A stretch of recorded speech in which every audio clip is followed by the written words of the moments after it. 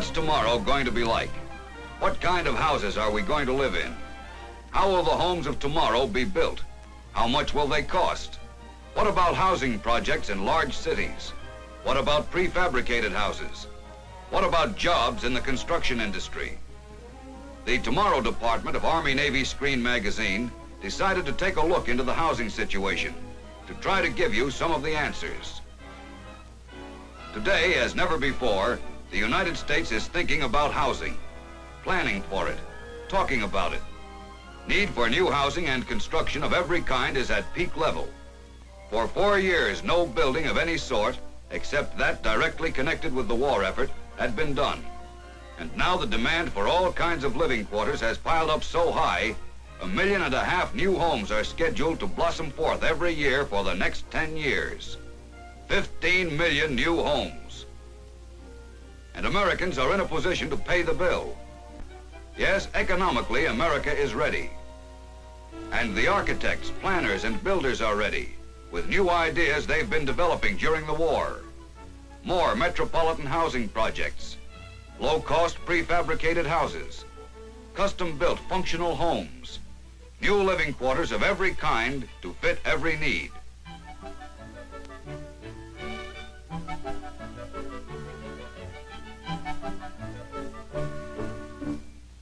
Americans realize that slums like these can no longer exist, where 10 million of our people still live in squalor and darkness, where future citizens grow up without sunlight and fresh air and space to play.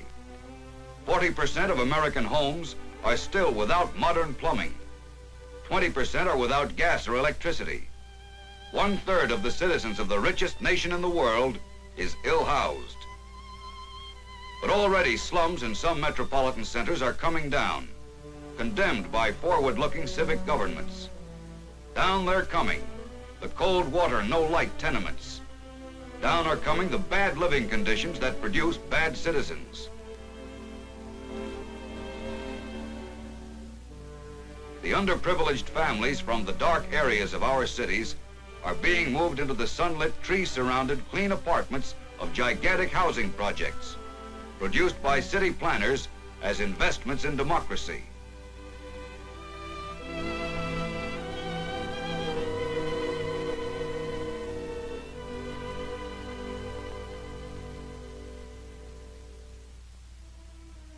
Cities within cities, scientifically planned and built, where a man and his family with a small income can live with comfort and dignity, where there are playgrounds and space for the kids to stretch their growing limbs right outside the front door,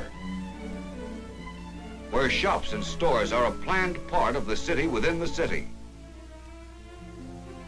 Everything from the corner drugstore to the local movie theater. Even an automatic laundry, where Junior waits outside while Mom finds the family wash can be done in 5 minutes for a quarter.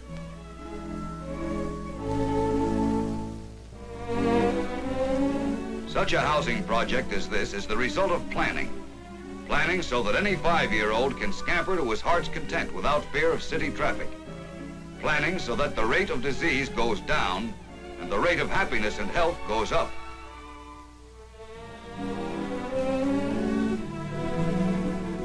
Inside, every room has light and air, fresh paint, heating and modern plumbing, and all at a rent no higher than was paid for a cold water tenement.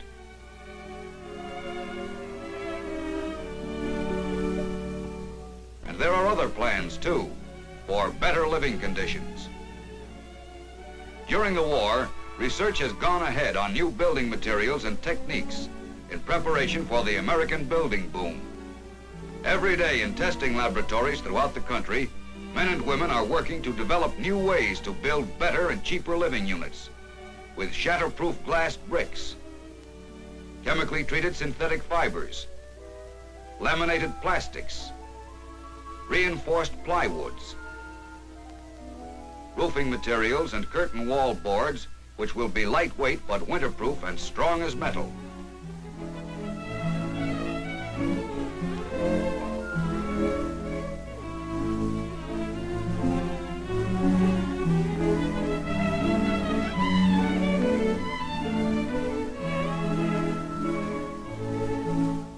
metals such as this light gauge steel, which can be hammered and nailed like wood. And out of the war itself have come new tools and materials for the builders. Materials like plexiglass for the gunner's turret will find innumerable functions to perform in tomorrow's home, which itself may be factory-made, ordered right out of a catalog.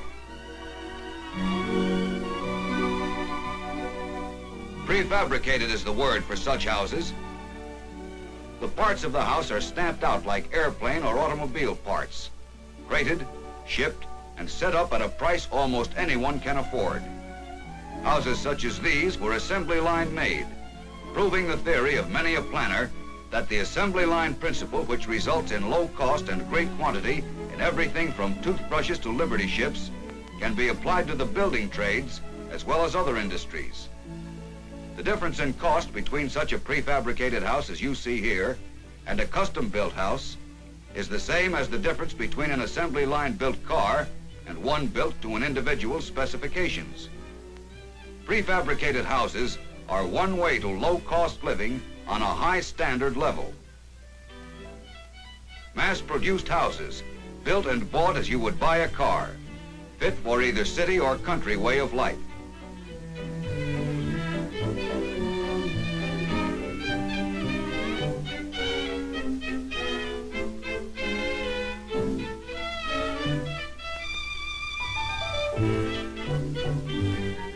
Here's a completely prefabricated farm, even down to the barn, which many a GI will easily recognize as his old friend, the Quonset hut, which is more efficient, cheaper to erect and maintain than the old red barn.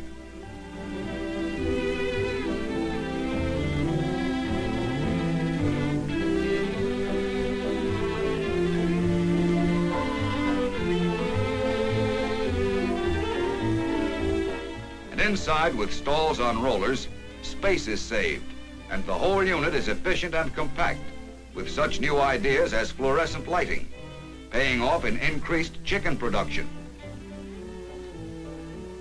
Another major development in housing is the pre-assembled mass-produced house, like these homes. All the elements were machined by factory methods, but were put together by standard methods in groups on the site.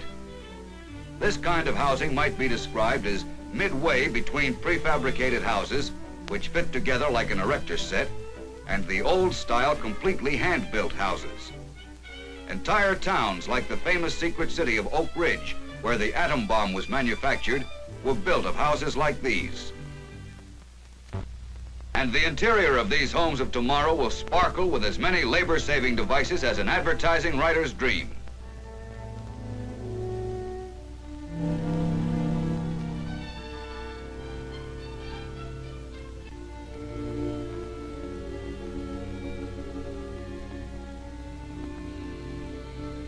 Efficient and pleasant, they will be clean, well lit, skillfully planned, easy to maintain. The prefabricated houses and the pre-assembled houses are still in the experimental stage, waiting for the final word from the men and women who are going to do the buying and the building, and changes in certain city building codes which prohibit the use of many new materials and methods.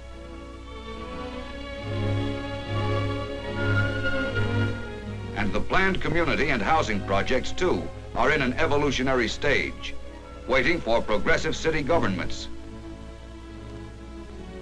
Yes, there are many questions about future housing still unanswered, but one thing is sure. The housing boom is going to mean jobs, lots of them. 1.5 million new homes a year for 10 years.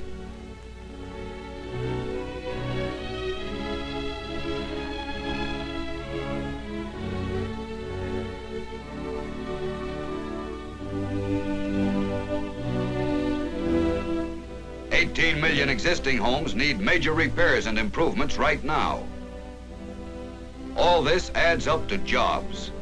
And for every man working on the building site, 2 men are employed behind the scenes making building materials and tools. And for every housing unit constructed, men will be needed to build the furniture and run the machines to make the curtains, carpets, kitchen equipment, and the million articles which are needed in a modern house. Just as the automobile brought about a huge new industry after the last war, Housing can be the big new post-war industry in our time. Across the face of America will spring up planned communities, great housing projects replacing city slums, communities of cheap but comfortable and healthful homes, away from the city factories and smoke. Across America will rise homes for the citizens of this country which are worthy of them.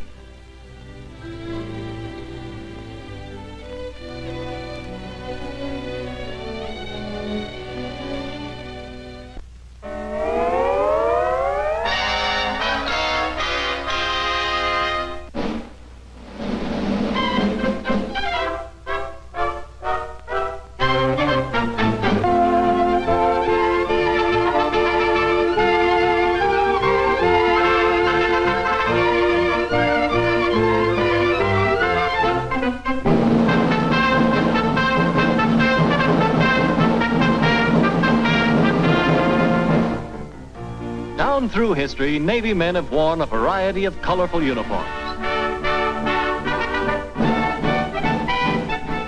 But today, the sailor's uniform, like his ship, has been scientifically streamlined.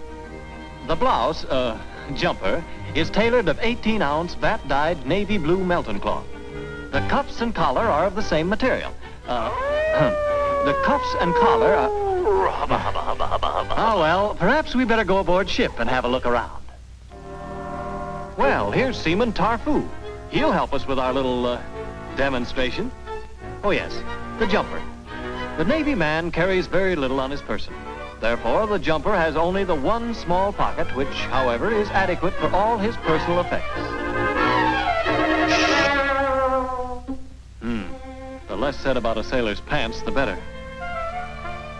The jumper, although snug-fitting, was designed to be easily removed. Grasping the lower seam between the thumb and forefinger of each hand and exerting a gentle upward pull, before our sailor boy can say, "Heave-ho the mizzenmast," heave-ho the mizzenmast, heave-ho the mizzenmast. There, it's off in a jiffy.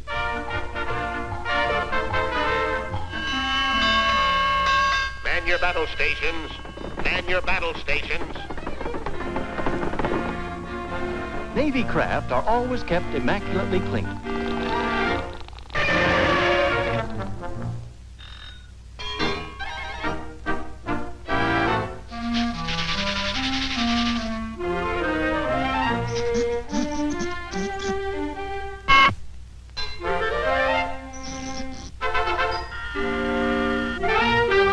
And whatever natural hazards may be encountered are always handled with true Navy efficiency.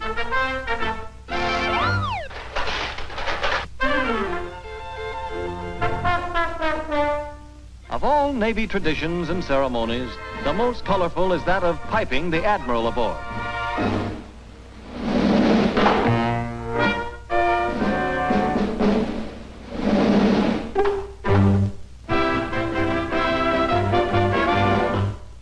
Another Navy tradition is that of growing a beard on long cruises, but it must conform to regulations. The regulation clearly states the hair, beard, and mustache must be worn neatly trimmed. The hair, beard, and mustache must be worn neatly trimmed. And what is a sailor without a tattoo?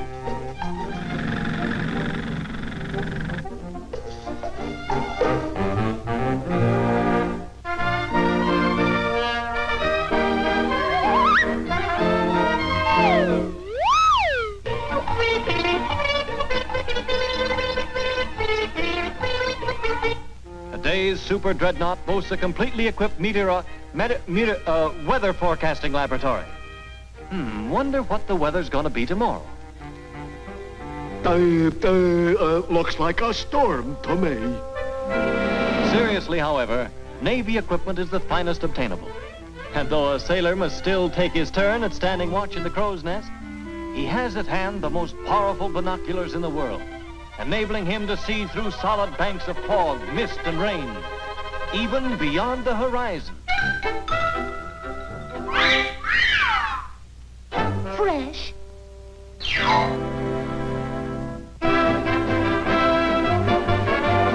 In conclusion, of course, no picture about our Navy would be complete without some appraisal of the American sailor as a fighting man.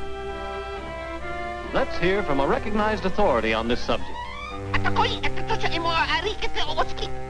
Sa Navy.